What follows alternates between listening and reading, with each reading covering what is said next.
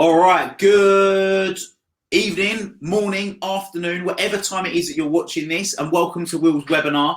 The reason that I'm particularly excited for this webinar is we're doing things differently to ways that we've ever done them before, which I guess is one of the beauties of having technology in the way that we do, but something that I want to acknowledge this man we've got sitting with us today for the reason why we're doing it in this way, because essentially his whole life is about living it on his terms, which, let's face it, most of us are striving to do. Very few of us are actually able to do. So I'm very grateful for him actually having the creativity to get me to think differently. It's one of the big things for me this year is about not having tunnel vision. We'll touch on that later. So first of all, welcome, Dan Meredith.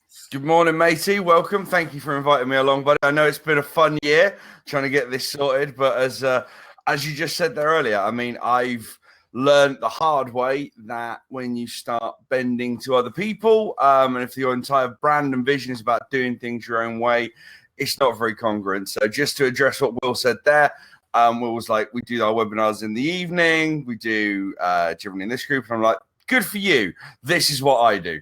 And then now we're recording it now as we are, because obviously, you know, I live my life on my terms, and I'm hoping today, if you get something from this, to be able to kind of do something that I do in your life, or add a few of the little tips that I've used in my life and my business day to day to change yours, then it'll be a worthwhile watch for you. Fantastic. So just for people that maybe aren't familiar, so I've got massive respect for this man, and I'll tell you why. So as we do on social media, you follow certain people and you see what they're up to, and it's a very noisy place. The personal development space, whether it's personal professional development, is very noisy. There's lots of the same stuff that gets. Yeah. But one of the things that really stood out to me is when people are willing to get vulnerable. And there's been a few times, probably, I remember it actually, it was about this time, maybe 2, maybe 3 years ago, and Dan shared a particular post on Facebook that was like as long as you could imagine, like probably one of the longest things I've ever read on Facebook. And which one was that one, Will? It was, all I remember was that there was an image. It was you on Brighton seafront looking out. Was it me? Yeah, I remember that one. Yeah, that was a hard one to write. Now I remember that one. Yeah, and I could probably find what it is, because I remember actually messaging you in tears at the time, reading it and just thinking, "Oh my God, there's normal human beings out there. There's like people that I remember that one. Influencers that are actually real and going through the same shit as us human beings, and these superhumans like yourself are not in a you're not a completely different breed of species." So no, I remember that one, mate. Yeah, it was a tough one to write. It was a hard one, but like I said, I overcame some pretty tough challenges, and the last one for me actually was knocked on the head this year. Actually a year ago almost today, which was my drinking. So that's now stopped. I'm now aggressively attacking new challenges, which is why if you're watching this and you see me suddenly rearrange myself, not in that way, the day before, 2 days ago, as of today, I've realized I want to get back into sort of the athletic sort of sports that I used to do before. I'm 38 now. I'm not going to be able to do that at that level. But I realized I was kind of being held back by a lot of my weaknesses in my body, and a lot of those are things like, inflexibility and pain and immobility. So I did 9 hours of sports massage and trigger point therapy and stretching, and I'm in the most pain I've ever been in for several years. So if you see me wiggling around, I've not got something wrong with me. I'm just in fucking agony, and I'm trying to move my legs while I still can. Mad. But this, and you talk about being congruent, but you are literally Mr. Congruent in terms of practicing what you preach, going out there and doing the work, which we'll touch on in a second. But for people that don't know too much about you, how do you describe what you do, or who you are? Okay, the simple phrase that I've come up with is I'm an enabler. That's the dirt simple, I'll just do it, fuck it. If you know personal development, that should make some sense. I basically a combination of enable and inspire and bully people to do things that they know they need to do.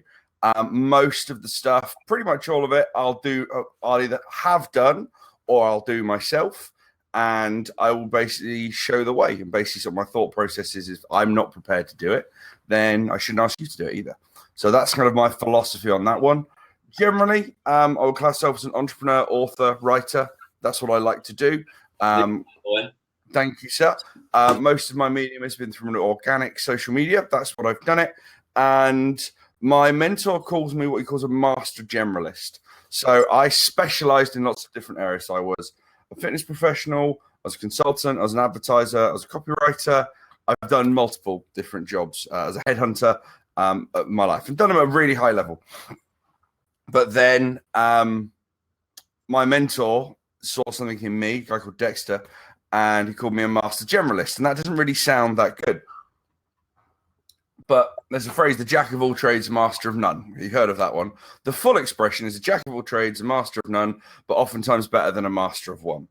So I'm very good at seeing things from I hate using that management speak, but that kind of 30,000 foot level. And I'm one of the hardest working lazy people I know, as in I will find the easiest solution, which might take a bit of hard work, might take a bit of effort, so you never have to do that again. I have designed my life not to do the things that I don't want to do, but I'm willing to work hard so I don't have to do that, if that makes sense. Perfect sense. I quite often, a question I like to ask people, so I regard myself as a very effective person. Mm-hmm. At what point does effective become lazy? Yeah, for me personally, that's a good question, mate. What's effective? I actually did a really large piece yesterday on laziness. I think and you'll either look in the mirror, you'll look who's lying next to you in your bed, you'll look at your phone to see who's messaging you, you'll look at your bank balance and you'll think, that's not where it should be. And you'll make an effort to change it. So I think each of us will have our own thermostat on laziness. You'll decide your own level of involvement. So I think you'll come to a point where there's certain things that you will and won't accept. And you'll realize, fucking hell, I'm being a lazy shit. I need to go and do something about that. Cool. Very good answer. Thank you. Thank you very much. So I remember the reason why I asked you how you describe yourself, because I once said to you, we were on the phone and I said something along the lines of, you're a business coach. And you said, no, I'm not a business coach. You said, I just get people to take action, which I think an enabler is a very nice one-word summary of that. I think there's a problem with the term. There's some great business coaches, and I have helped people make a lot of business. That's one of the things I do. But when I first started out Coffee with Dan, it was all about getting shit done. And it was all about work and business and entrepreneurship, and that was it. There was nothing else. As I've grown and developed as a person, there's so many other things that need to be looked after. So health and wellness, relationships, mindset, so on and so forth. So my emphasis is always going to be on business and entrepreneurship and kind of creating businesses around not so much what you love, but what you're good at and what people want. You got to enjoy it, but ultimately, like I said, no one's going to pay me money for wanking and eating pizza. That's just not a thing that's going to happen, Will. So obviously, one of my gifts is being able to find simple solutions to people's problem and either give them the energy or kind of motivate them to go and do it. And I do that via holding myself accountable as well. And I'm not prepared to do things that I ask other people to do.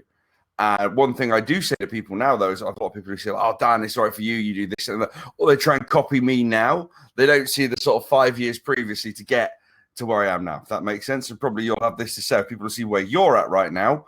It's like, what I'm doing now isn't what I did to get me here. And that's what I'm very, very keen to share with people, is that what I'm doing now isn't what you need to do. What was I was doing 5 years ago? It's really interesting. So I had the pleasure of speaking at one of my old mentors' boardrooms earlier this year. And it was quite a surreal experience, because only like 2 years before I was sitting in that he called them the boardroom, basically a group of guys get together once a month and learn and whatnot, like a mini mastermind. And I said, one of my biggest, I'm a massive reflector. I did an email the other day, funnily enough, about reflection. And one of the things that is really important for me this year that I've learned is exactly what you've mentioned. What I had been trying to do in years gone by was, because I'm from the NLP background, very much about modeling, I was modeling what the guys that are at the top are doing. Mm-hmm. But you're exactly right. That's not what they were doing when they were at my point. So it's being able to do what they were doing at that, when they were at my point, in order to be able to correct. So important. So it's interesting. So you posted the other day, and I've written it down, so I really liked it. Sort of your formula for getting anything. Oh, that one. Right? Energy, add goal, add emotional attachment, add investment in the form of time, energy, or money, add sacrifice, add action, minus shame, limiting beliefs, and laziness, and entitlement equals anything you want. Yeah, that was a bit of a troll post I actually did some years ago, because I used to hate all these success formulas, and it would usually be 2 or 3 things, very, very little actually of depth there, and very little reality. So that, you know, the kind of like, you can't have everything you want.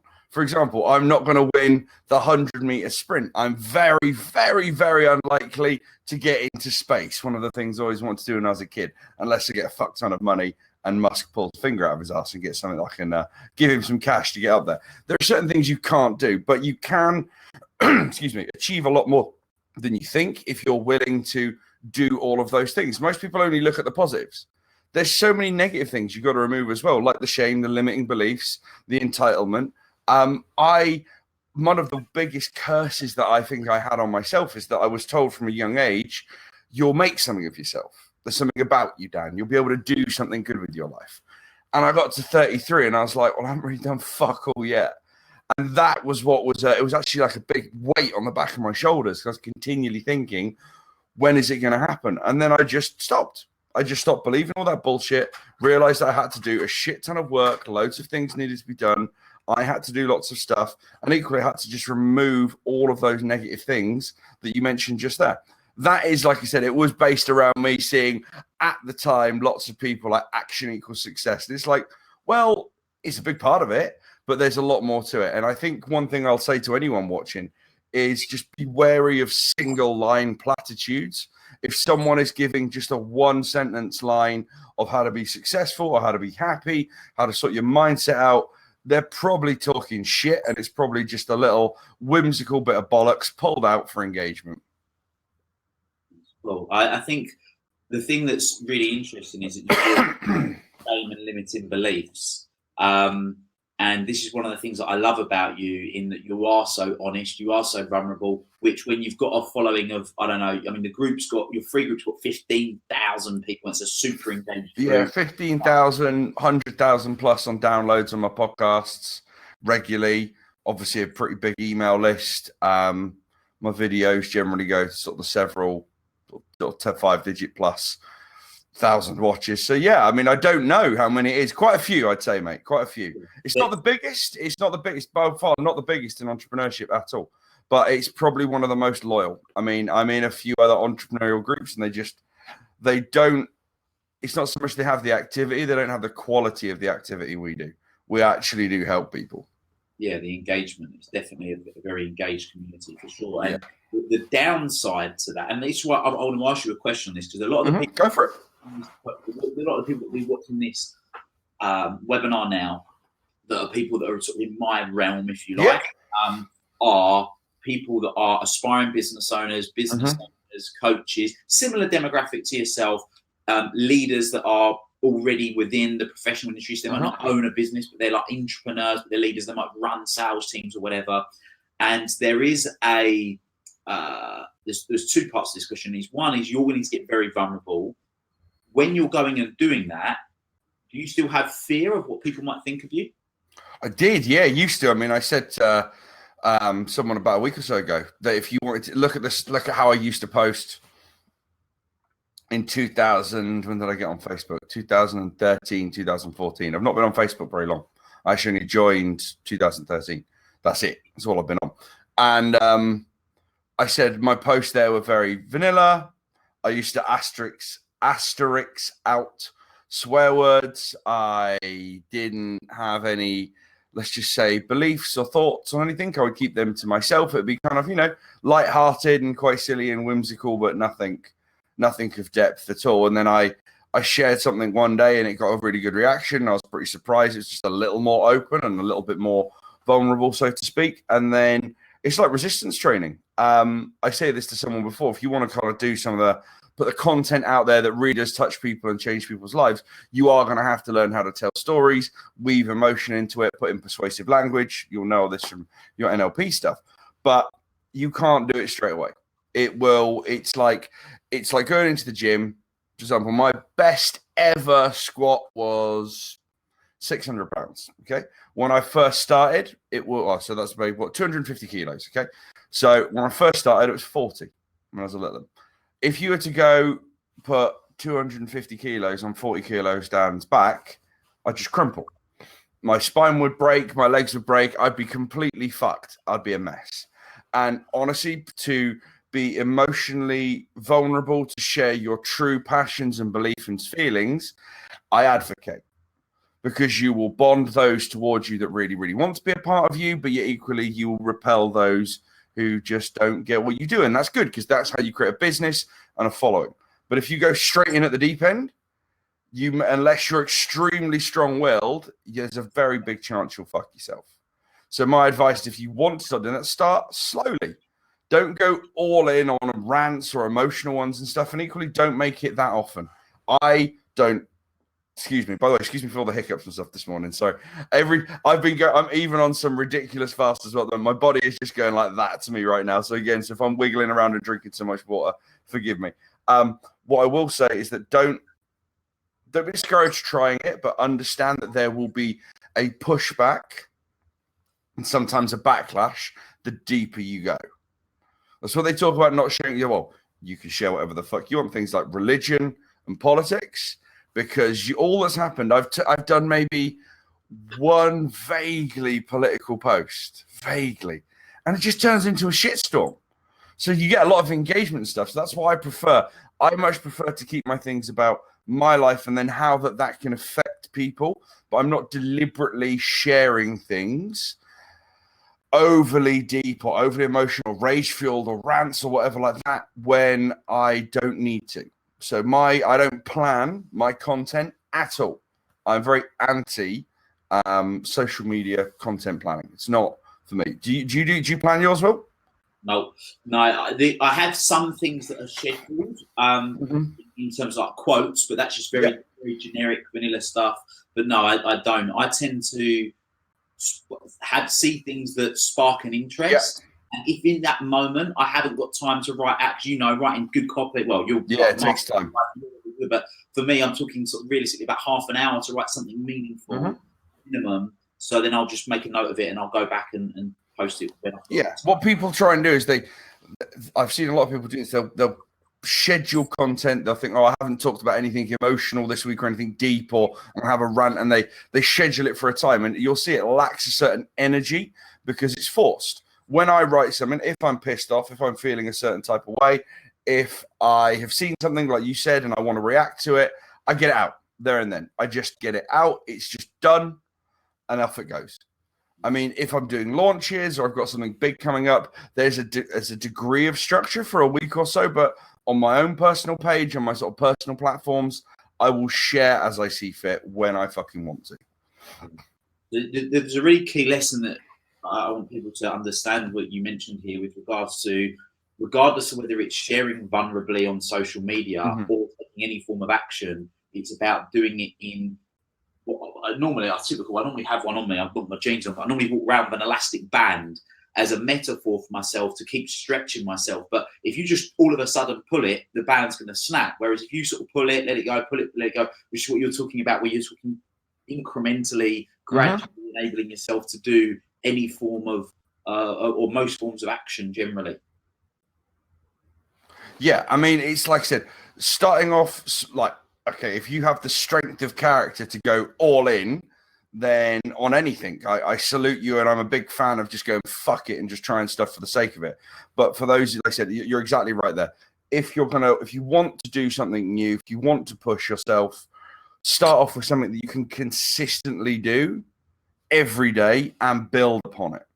Most people go, it's like people who want to. I mean, I'm dreading January. Most people, everyone sells everything. I own a few gyms as well. And one of the things we don't do is we don't let anyone join in January. We don't let them join because I don't want your New Year's new me bullshit in my life.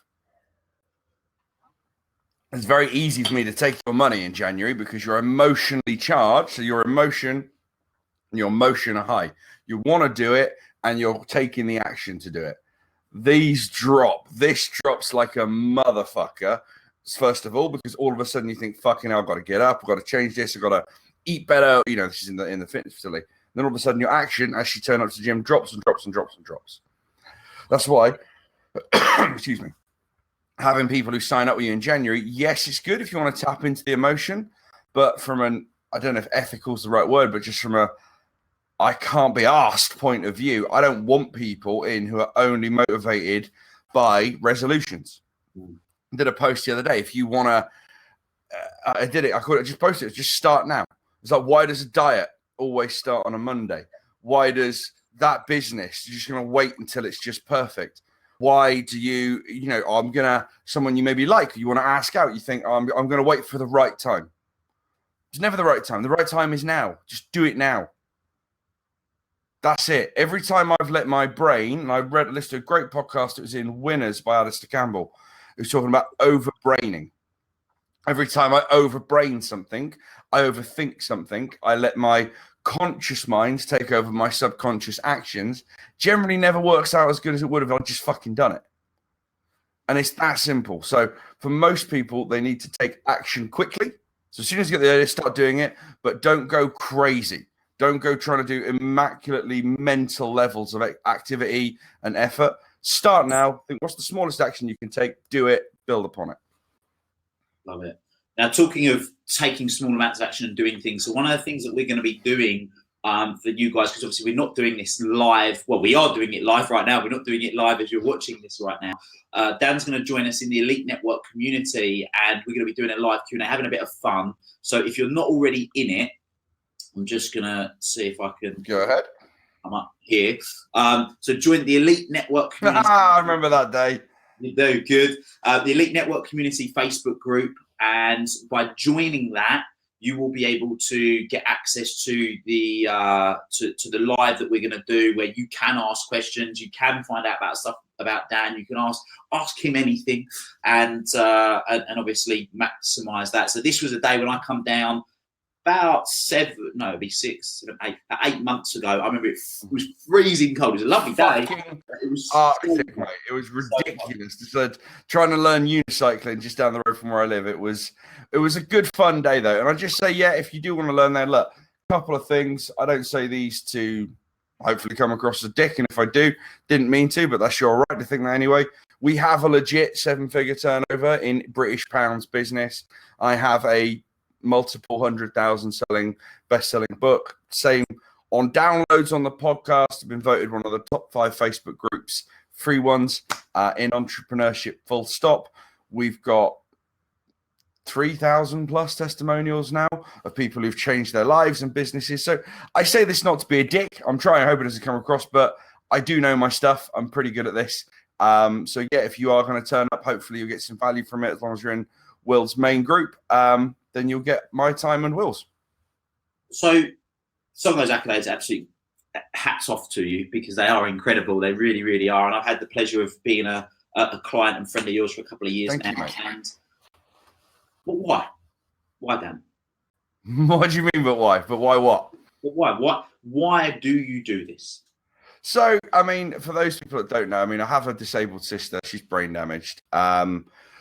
The story of my entrepreneurship started, well, realizing I had to have a lot of money, should I say, started early noughties maybe. And I was at home and I saw, I think it was Dispatches, which doesn't exist anymore, which is a documentary program, and it highlighted ill treatment of, mentally disabled adults in care homes.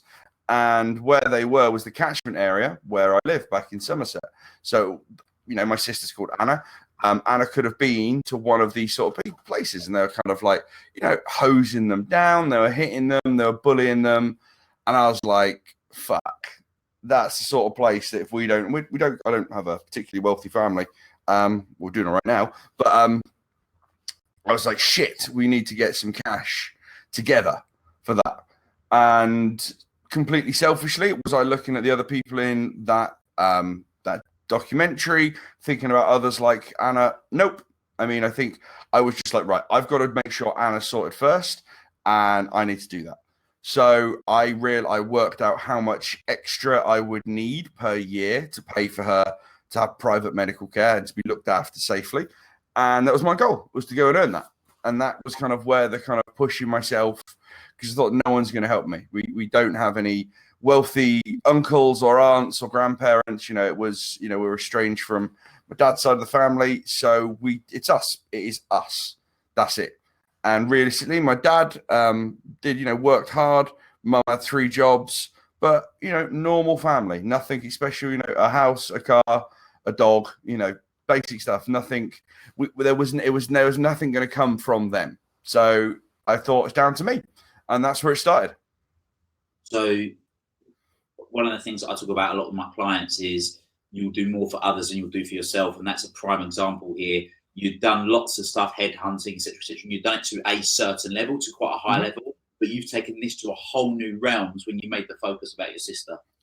Yeah, and that's it. And every time I go, if I think, oh, fucking hell, I want this, or, as you know, we all have bills to pay. And I think especially for those of you entrepreneurs, I mean, is your audience mainly British or is it a nice mix? Predominantly UK, yeah. Probably UK. So, yeah.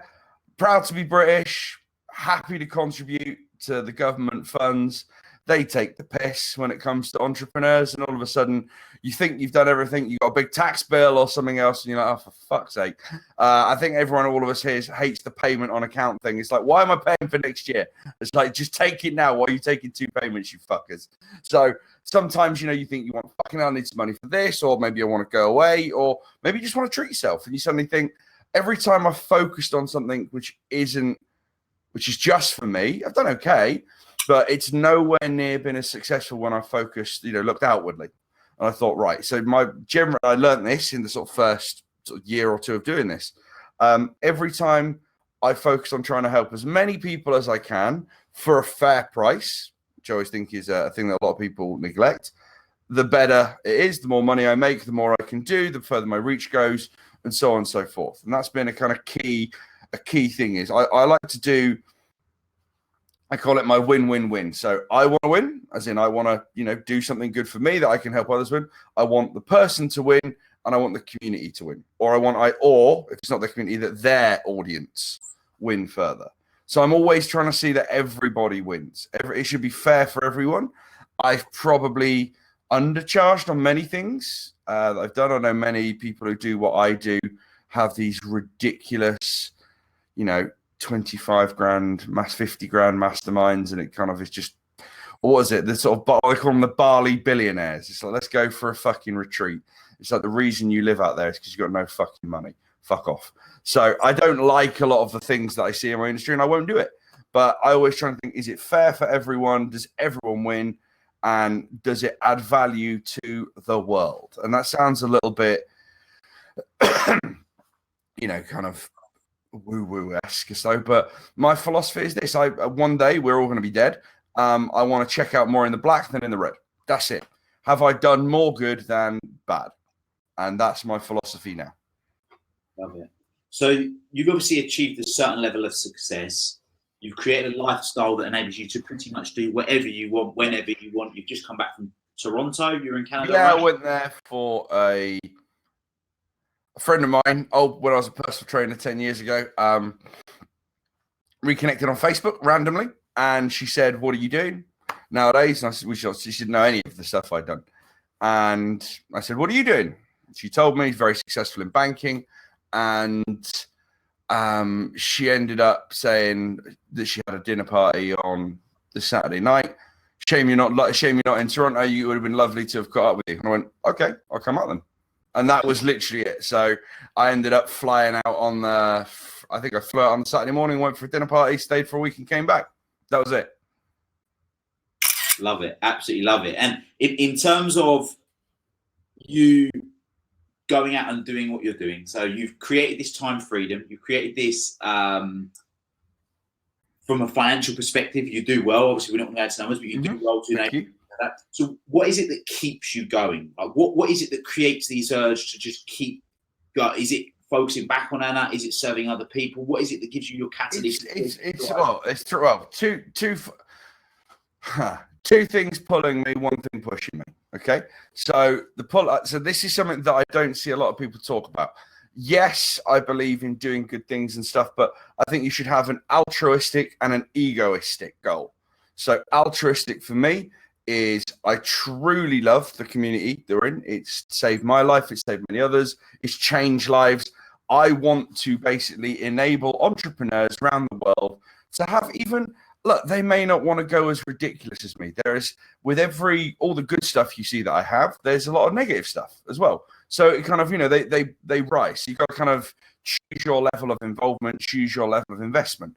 So yeah, you can have, money and time and freedom to a ridiculous level, or you maybe just want a little bit more time, a little bit more money, a little bit more freedom.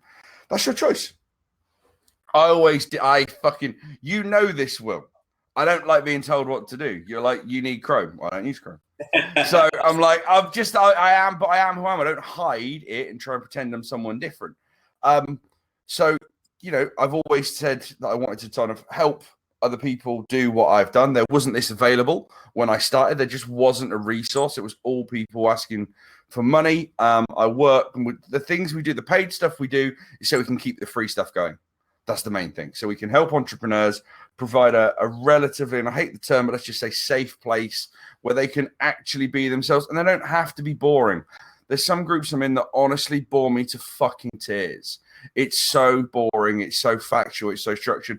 You people have fun. People have good days. People have sex. People get fucked up. People tell dirty jokes. People have a laugh with each other. People feel sad. People feel lonely. And I wanted to kind of have a place where it's kind of like, well, I feel all these things. I'm normal. Then there must be other people like me out there who feel the same thing. So that's kind of, I want to help people create their own life on their terms at the level they want to play it. I have obviously my sister is always going to be a big driver. I want to make sure she's safe, but then I have, but I have a plan to create, because one of the things that broke my heart years ago was my sister said, I just wish I had a friend. And obviously to hear your little sister, she's mentally about 5 years old and she's in her 30s now, that killed me. So I kind of have come up with an idea which has, is like small mini care homes based around fun that are in a community, which are, obviously, you think, oh God, in a community, you got here come the nutters. It's like, no, I want to make sure that the community that they're in feels safe, that they're not going to have people who are vulnerable walking around. I mean, my sister doesn't, she can't be left on her own. But they can have a life, they can have friends. That's what I want. So there's a couple of my altruistic ones, but then egoistic. Anyone who says I don't like things and stuff is a lying shit. Okay. I have got to a point where I live now, everything I have now is everything I ever wanted. But I equally want to be able to, I don't know, take a private jet to fucking New York for lunch just because reasons. I want shiny things because they're cool. I want a Porsche GT3. I don't drive. I literally want a Porsche GT3 and my driver to drive it. I do have a driver, which is douchey. But I know this all sounds ridiculous, but what is wrong with wanting the best of life? Well, there's nothing wrong with it. If you do good work and you give back, if you're a good person, and bear in mind, we're the fucking bad guy in someone's story. It doesn't matter how good a person you are. Someone thinks you're a dick. Someone doesn't like you. Someone thinks, oh, it's all right for them. They're in it for themselves. As is their right. They can think whatever they like, but you can't make someone change their mind. That's their choice. You can't make someone think a different way. What you can try and do is influence them with your actions. But there is absolutely nothing wrong with enjoying a good life if you've had a good life. And most people don't see that. So yeah, I want to make sure family sorted, doing good work for entrepreneurs, but equally, do I want a Hayabusa powered jet ski? Of course I fucking do. Do I want even more motorbikes? Yes, they're cool and they're better than people. So sorry, that's a little descent into darkness there, Will. But yeah, I want nice things as well. But I equally, do you know what I say I do with most of my money, mate? I buy things for people. I like treating people. That's my thing. And I don't know, do you ever done the whole love language thing? You ever done that? You probably wouldn't expect me to bust this out right now. So I receive in words. So I like to be, nice messages, texts, so on and so forth. Money is lovely. I think it's very useful. And I think everyone should chase to get as much money as they can because you can do good stuff with it. For me, honestly, I was, being deliberately silly with some of the things I was saying there, but there's nothing else I want. I have all of the things I want. I've got my bikes, my jet skis. Mum and dad obviously get to help them out. I live where I love. This is going to sound weird, but I don't have a lot of happiness that I identify with the British coastline. I live literally, the sea is there. It's just there, like just down there. I live in my favorite place. I'm super happy. I've got all the things I want. It's nice to be able to have money to be able to say, hey, friend, here's a new laptop. Or, for example, a lady that I was dating at one period of time is going through some tough times right now. So she's struggling to get back on her feet. A lot of her friends have deserted her. Like being able to I sent her like a big basket of food the other day. Just like little things like that. She's struggling with it at the moment. But little things like that make a difference because you've got the resources to be able to say, I can do this. And I think it's your duty once you get to a certain level of success to A, bring people up with you, and B, spread the wealth. That's how I am. I love it. I'm going to touch on something, and I'm hoping we can go down this route. I know that you did say what was off limits beforehand. You mentioned happiness for you. You love being able to have things and be able to give things. Yeah, I'd probably say if I had to choose, outside of the things I have now, there's nothing more I want. I like giving stuff away. It makes me happy to buy people gifts and treats and just do little things to help them, just to show my appreciation. And obviously, over the period of time that's got you to that point, mm-hmm. if you're not buying people things, mm-hmm. what do you do to make yourself happier? So for me personally, pretty simple. I mean, most of the stuff I like, I'm actually I either ride my bike, read books, watch films. I'm quite a introverted person. I'm very happy on my own. I like my own company. But for me, and I'll say this, and you've got some very successful people in your group. I know when you start to get successful, all you think about the money, and it's very easy to focus just on that. But if you just chase the material and you don't want to do good with your life, you'll find yourself quite unhappy. And I said to my friend who's very, very successful but totally unhappy, I said, your happiness hole is empty. You don't do anything other than make money. I mean, he's a banker and he makes just a lot of cash. We've talked about this, I think, before when you came down, people in the finance space. You do have to, this can sound weird probably coming from me, Will, but you have to kind of nourish your soul and you have to do stuff that you like that makes you happy. And I think you have to give back to the world. I mean, I'm not going to go in deep some of the things I do in the community or things that I do sort of charity-wise, but I do stuff. What do I get out of it? It makes me feel good, honestly. I get a lovely dose of happy hormones in the brain to be able to give my time and resources and energy to people less fortunate. It does feel good. And I think a lot of people, it's like, do you know those people who are like, oh, I don't want to make people, I just want to make people happy. It's like, well, they're like, they say I'm very selfless. It's like, you're a liar because yes, you want to make people happy, but that makes you happy. And that's the thing a lot of people don't see is that when you're going out of your way to help others, you feel good as well. It makes you feel good. You're getting some cheap antidepressants just jabbed to the brain. It's a simple thing to do. But so helping others has always been something I've done. I mean, I posted this on Facebook. Apparently, when I was a little kid, this is what I used to do. I used to go out of my way to make the quiet kids, bring them into games. I'd go out of my way to speak to people who no one was talking to. I'd bring people together. I've done this, 30 years. So I didn't know I did it until sort of mum said, and I didn't think it'd ever be a thing either.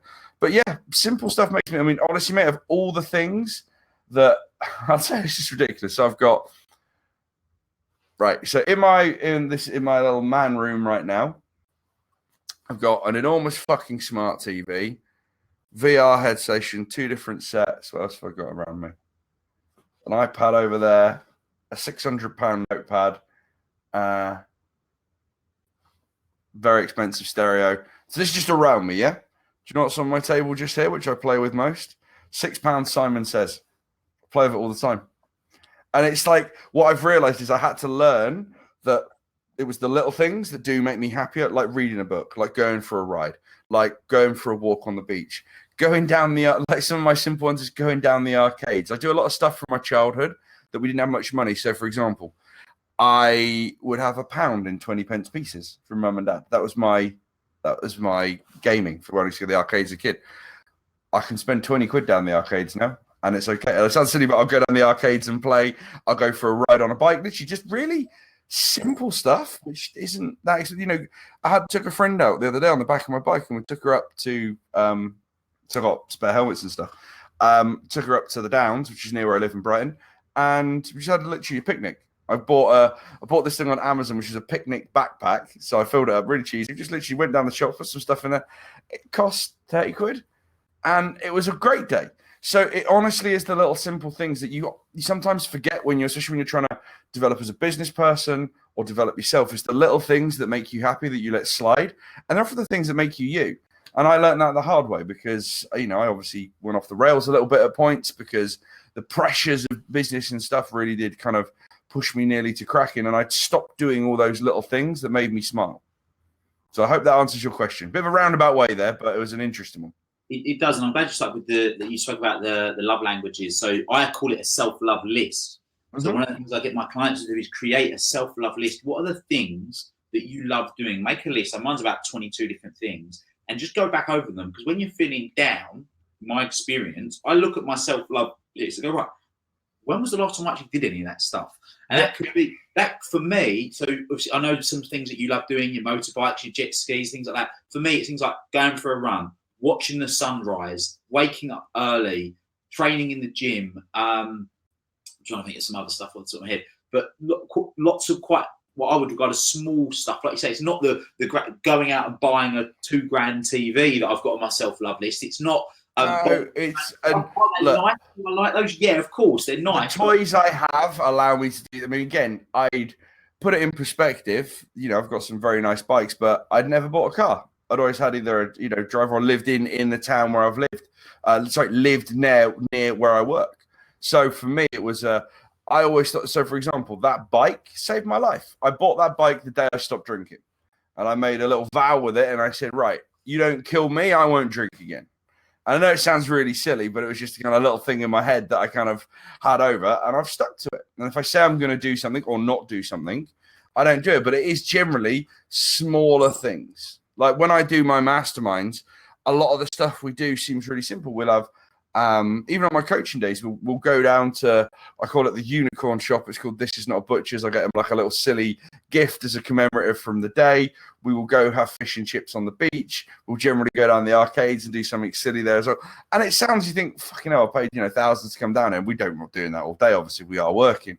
But with these little things that make a huge difference. I mean, it doesn't cost much. It doesn't even have to cost at all to do anything to make you happy.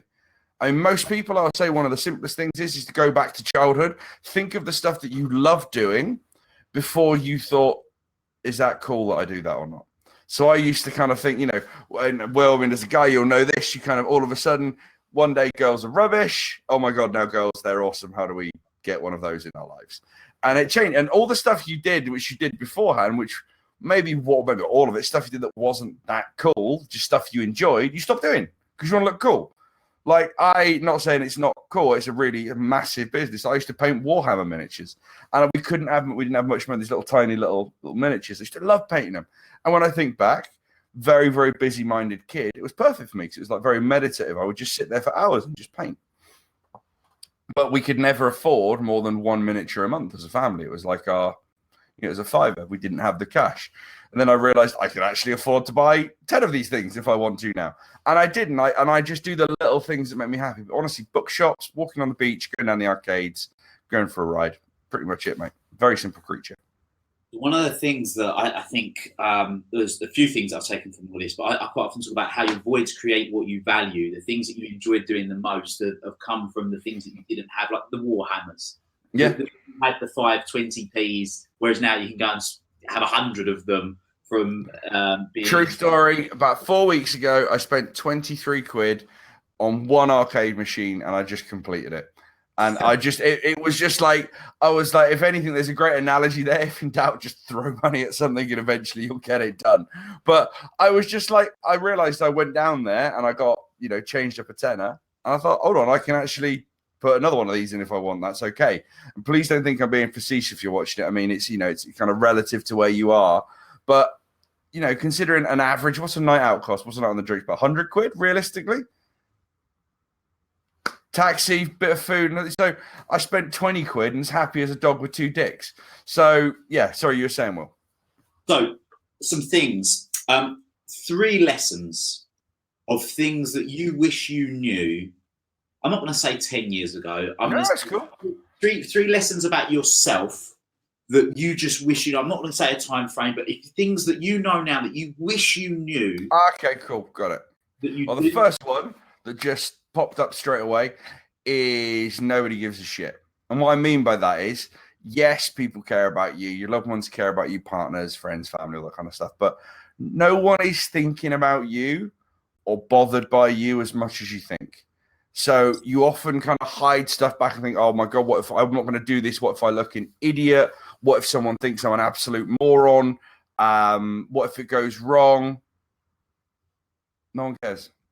Literally, the only person who's generally embarrassed or worried or listens to the what if monster is you. And I wish I'd have just gone for it earlier. I mean, I definitely think it was the right time. I needed a certain level of skill and success to sort of say, I know what I'm doing. Let me show you how I've done what I've done. But yeah, I wish I'd have just got out of my own way, because honestly, no one gives as much of a shit as you think. I mean, it's a weird realization, because you always think, loads of people are bothered by you and what you do and stuff. And yeah, people might gossip about you or say things about you. And sometimes the odd social media thing goes a bit viral and chatting shit about you or things you believe in. But so what? It's the beautiful nature of social media nowadays. And I think many of your people are on social media and so on and so forth. Day or two, generally, it's gone. So what? And that's why I've been quite successful, which was my point number 2, which is consistency. So first point, number 1, no one is thinking about you, worried about you, bothered about you as much as you think. Stop giving a shit about what other people think, because all that you do is stop yourself doing what you want to do.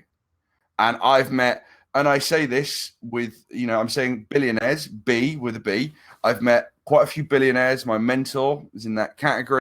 Some absolutely crazy successful people, and bar a few who are like the tiniest percent geniuses, the people who are like so smart and so clever. It's like, yeah, you deserve to be wealthy because I don't even understand what the fuck you do. You're that smart. But these people just got out their own way. They didn't give a shit. One guy who's a friend of my mentor, billionaire in oil. Okay. Obviously kind of a good place to be, have money in. Wasn't from an oil family, didn't live in Texas. It wasn't like, he just decided, okay, you make money from oil, so I'm going to go do it. And his IQ brilliantly puts him in what would they call I think what do they call it in America? Basically he's low IQ. So he's not so great with people, really, really good people person, but he wasn't smart enough to think he couldn't do it. Does that make sense? So he just went and did it. And everyone said that he couldn't do it. And he's like, I'm going to do it. And he now owns like oil fields and shit, which is crazy when you think about it. I mean, he doesn't know what he doesn't know, so he just goes and does things. So good lesson there. If you keep telling yourself you're not going to do it, especially because of what other people think, you ain't going to get away. Number 2 is consistency. It really isn't sexy. Showing up every day, doing the work every day is boring. It's really fucking boring. It is. And there's absolutely no guarantee of success. You don't know when it's going to happen. You don't know if it will happen. But the people who have not been, now I will say this, I will not name any names. There's people who have been, who kind of like alongside me, spiked up, vanished. And I've seen it multiple times. They've accelerated up. Now their star is starting to dwindle. Mine has kind of gone like that. It's steady rise. Like, for example, everyone rushed to build a fan base with paid traffic. I never did. I resisted. And I always said we were going to do this for 3 to 5 years organically, because the organic is the base. It's like the foundation of a pyramid, foundation of a house. You can't get high. You can't build something that's going to last without a strong foundation. That's what I've done. But it was boring. Yeah, I mean, I enjoy doing it, but I do the same kind of things, different content, different posts, but I do it every single day, 7 days a week without fail, because I was willing to do this for 3, 4, 5 years of this level of consistency to never have to do this again. Remember I said earlier about being prepared to work hard, to never to be lazy. Like, I don't want to have to do this forever. One day in the future, I look forward to disappearing off social media and just maybe living things via live events, my books, or maybe not at all. Who knows? That's the beautiful thing about the future. I don't know what I'm going to do yet, but I'm willing to put the work in now to give me the options for future Dan. So consistency, like the boring, day-to-day, steady, something you can do every day consistency. It's the whole tortoise and the hare thing. You need periods of hair-like madness in your house. And I will say, this is not a dig to anyone who's watching here at all, most people aren't really working that hard. They really aren't. And most people who are procrastinating just need to shut the fuck up and do the work, as in go all in for a period of time. It gives you great energy and great momentum to get more done. For those people who are completely overwhelmed and frozen and do nothing, then you need to go more down the steady day-to-day rate. But I've seen two types of people, and some people just need literally a hoof up the arse and be like, just fucking work hard. And it's not Gary V style 24/7 hustle, but a period of time of hard work every now and then is extremely valuable, but steady, consistent action is going to get you there damn sight quicker than doing a 6-week sprint here, a 4-week sprint there, and just kind of going lurching from one thing to the next. And the final thing is, it's going to sound a bit melty, but it's dark then melty, is that you're going to die one day. Your death is inevitable. You will one day not be here. You won't be a thing. And when you have people like I've had the first real death in my family this year, which is my granddad, and I've had people pass. So I've had, unfortunately, some friends commit suicide. I've been to their funerals, and it just makes you realize how kind of short life is. And it's really, really short. And you realize that you waste a lot of energy and time and effort trying to impress or get the attention of or be with people that really you shouldn't bother with. I mean, all of us know. I mean, my mentor calls it, he said, if you're lucky, you've got 6. So he said 6 core people who love you. Okay. And that is the people, and he calls it 6 because the people that would carry your coffin into the funeral parlor. Okay. So the 6 pallbearers. So I have it as my inner 5 and my outer 10. So I have this real simple flow. My core 5 are people that I would take a fucking bullet for, and they would do the same for me.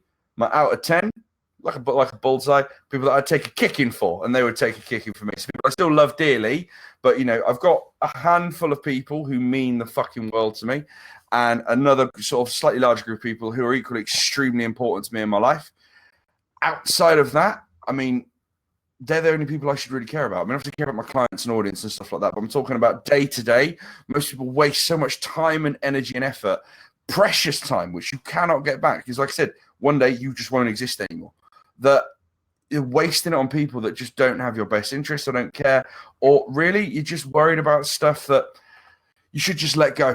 And I was a very angry person, not violent, but very internally angry. And I used to kind of numb that with drink just to kind of just silence that. But I've let go of a lot of shit. I've doubled down on the relationships and friendships that actually mean something to me. And I just try and enjoy my life. I don't want stress or drama or bullshit. Someone starts causing me that now or doesn't make me happy, doesn't mean they're a bad person at all. I used to think, well, fuck them and all this kind of stuff. No, I mean, I just cut them out of my life. Just let them go. They just, and that was a roundabout third one. So you're going to have to pluck out probably about 5 different things there. But I've just found that focusing on the people who matter the most is key.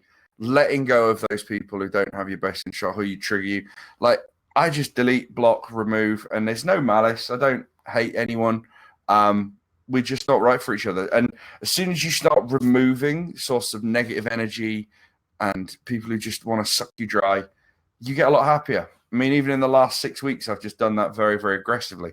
These people don't exist in my world anymore. Doesn't make them bad people. They're good people, but they're not in my life anymore, and I'm happier for it. And what's happened is I've removed those people. It's created a vacuum where better people have filled their voice, and not better as in they're a better human. They're just better for me. So that last one is kind of, I think realistically, kind of, I'll circle it back as best I can. Understanding your time here is finite.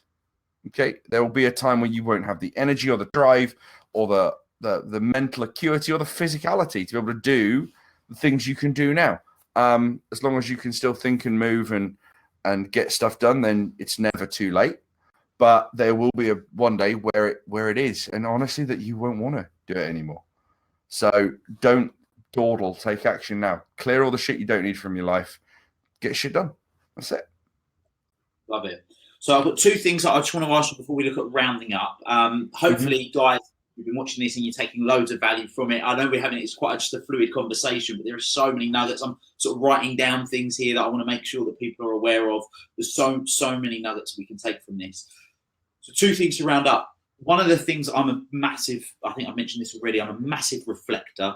Mm-hmm. I wanted to ask you, what are your three things based on your lessons? You also mentioned that in previous times, you had the pressures of running what you were doing what you were doing. No doubt the self-imposed pressures that you'd created for yourself by doing what you want to do for the family and specifically your sister. Mm-hmm. What did you do, or what were you not doing that enabled those pressures to become so crushing, and how did you overcome them? Well, I got pissed all the time. Well, that was it. I was a functional alcoholic for a good few years. No one knew. I could drink a bottle and a half, as a large bottle of vodka, Grey Goose, every day. You wouldn't know. I was still able to run the business. Shit got done, but I wasn't. I was just numbing myself to the pressures. And generally, it would be when the quiet times kicked in. So about 8, 9 o'clock at night. Me and my then partner were together for 5 years. We'd parted ways. I was living back in Somerset at the time. I lived really nice block of flats. Below there's a Waitrose, I believe, or a shop. And I would just go down. I'd think, I'd pick up my dinner, cook something, and then I'd always think, I'll have a little drink tonight, just take the edge off. And before I know it, the whole bottle was gone. And I didn't deal with any of the shit that was going on in my head, Will, to be honest with you. So how did I deal with the pressures? I didn't. Simple as that. And for me, realizing that, I didn't ever want to be known. I hadn't planned to be someone that people, I've had people come up to me in different countries, come up to me in the street and say, "Oh, you coffee with Dan, or are you Dan?" And I'm like, "Who are you?" And it's like people in my group. Me and Tega went down. So Tega's my business partner. I went down to Alton Towers, and I was just booking some time in the spa just to chat and chill. And this Canadian woman was in front of me, and she said, "Oh, can I just butt in?" I went, "No, you cannot." I just went comically British, and she went, "Oh," and she said something like, she said, "Oh, when's Tega coming down?" And I was just like, "What the fuck?" I was like, "Who are you?" And she like follows me on on Instagram, and I'm like, Jesus Christ, it really fucked with my head. So I had to just learn to accept that was kind of part and parcel of kind of doing this. If you're putting yourself out there on social, people are going to know you. And honestly, mate, for me, the only way I dealt with it was just faced my demons sober, as in like no crutches, no, I've used everything from food, drink, sex, partying, the works to kind of take my mind off the pressures. And I just stopped, cut everything out all at once. Is it for everyone? No, but that's how it works for me. So I basically dealt with it. And basically, I'm not going to say so much meditation because it's not the right thing, but I just sat with my thoughts. And it sounds silly, and I mentioned this earlier. If you said to someone, 10 grand, that's all you ever have to spend for the rest of your life. You can sort your head out whenever you want to do it. Would you spend it? Yes. That's what I did. That was my bike. So I bought the bike. The reason being is because I learned of this phrase called aggressive meditation or aggressive mindfulness. In other words, you aren't going to get someone like me to sit still. I mean, I barely sat still this whole fucking thing. Mainly because my body's crippled as fuck right now. But I'm not just going to sit and be at one with my thoughts. I need to do stuff. And for me, even though I know I have a very healthy respect for life, but I know I'm going to die one day. For me, if I die on my motorbike, I die on my motorbike. That's it. I die doing something that I love. It sounds a bit morbid, but, I am who I am. So I love my motorbike. I ride safely. I ride quickly. But you have to focus or you will die. I don't want to die. So what happens is, because I'm so focused on, if it's very fiddly, there's gears and there's all multiple levers and everything like that, you have to focus. And what happens is my conscious mind is so focused on doing something that is keeping my body alive, I get immense clarity on all the shit that I don't like or I need to deal with. So whenever I feel stressed, I go for a bike ride. Someone's pissed me off, I go for a bike ride. Everyone's got their own thing. I used to, the gym was something I used to do with that as well. But that's how I deal with it now, is I put myself in my version of a flow / meditative state and see what comes up. I've also found as well, if you want a little bit more less lethal version, going to spas. I literally go on a Groupon, getting some ones. I'm a member of a spa, but if you want to do a more budget one, go by yourself to a spa. You can't take your phone with you. And you're forced. I deliberately put myself in places where I'm forced to not have my phone so I can think. I love it. I absolutely love it. And it's really particularly interesting because, as you know, I've also stopped drinking. Congrats, mate. You're a year in now? Over a year in? Year in. I'd stopped for most of 2017, started up again a couple of times, thought I could bring it back in, realized it just doesn't serve me. So, yeah, knocked it on the head for good. Almost a year ago.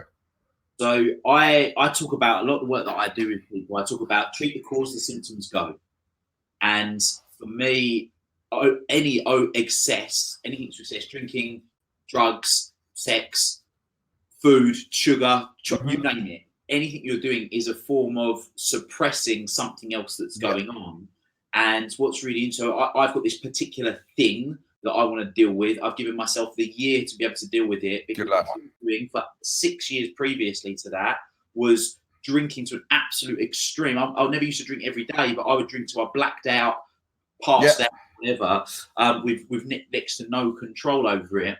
And what I realised I was doing was actually suppressing an emotion that I hadn't dealt with. I've given myself the year off to give myself that clear-headedness, etc., to deal with the thing that I'm actually dealing with.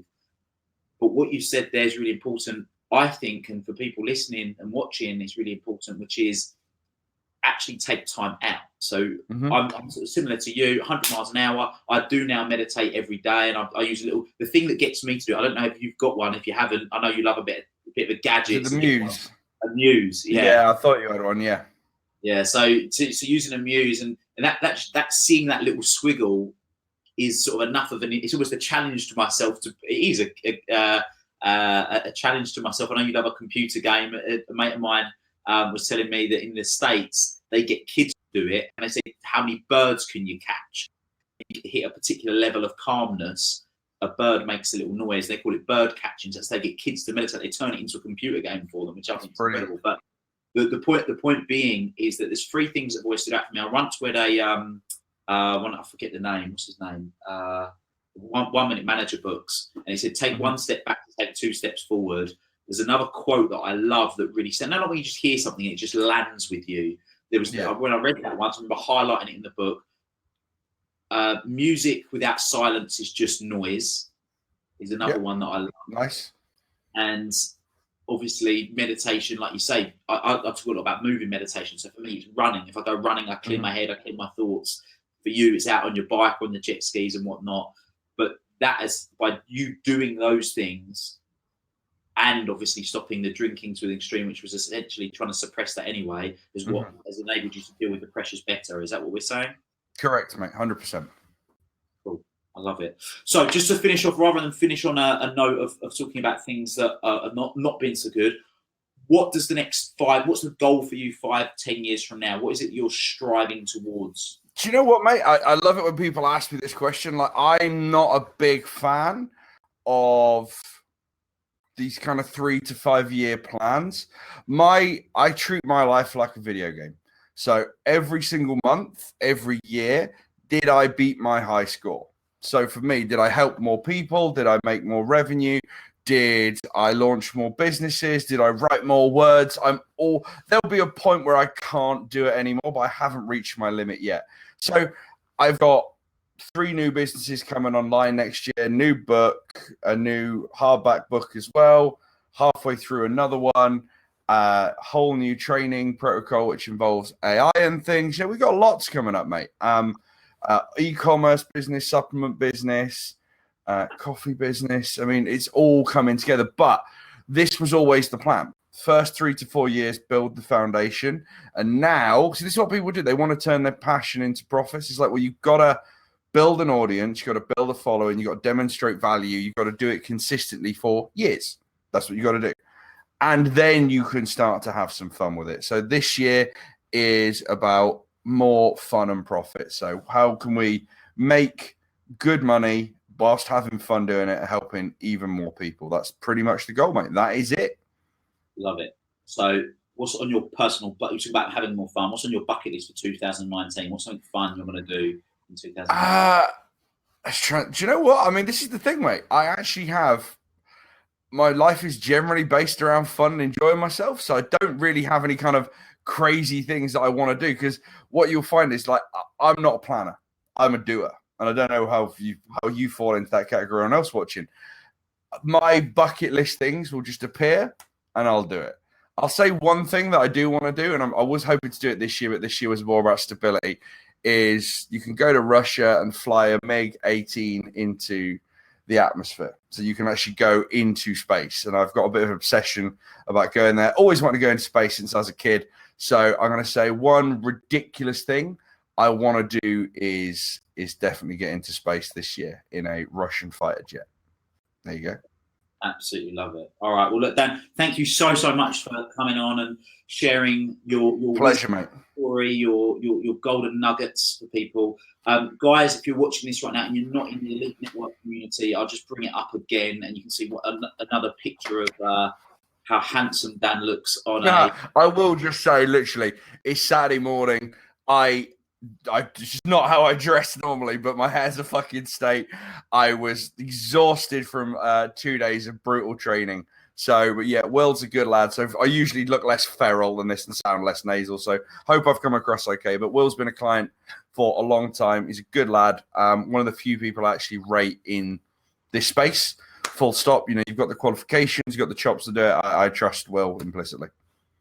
Thank you very much. So join the Elite Network community. I'm putting it that way because that's where my screen is on. Join the Elite Network community. It should be there on the screen now. And then you'll be able to join that handsome fella that you can see in front of you right now. Look, he's going all red. It's a niche look. Fuck off.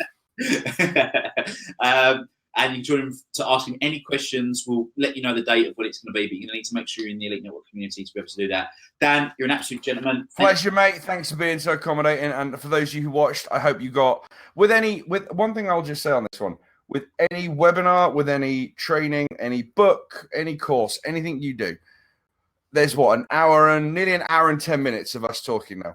If you put all of this into your life right now, it would be ridiculous. If you get 1, 2, or 3 things that you think, fucking hell, that resonated with me, and you just took action on one, you're gold. And if you apply that to any trainings you ever listen to, podcast, books, webinars, whatever, you'll do fine. Love it. Great advice. Sage advice. Dan Meredith, you're a star. Thank you very much. And take care, mate. For you, if you haven't got his book yet, get it. This is another little plug there for everybody. Thank you very much, guys. Until next time, make it happen. Cheers, guys. Bye-bye.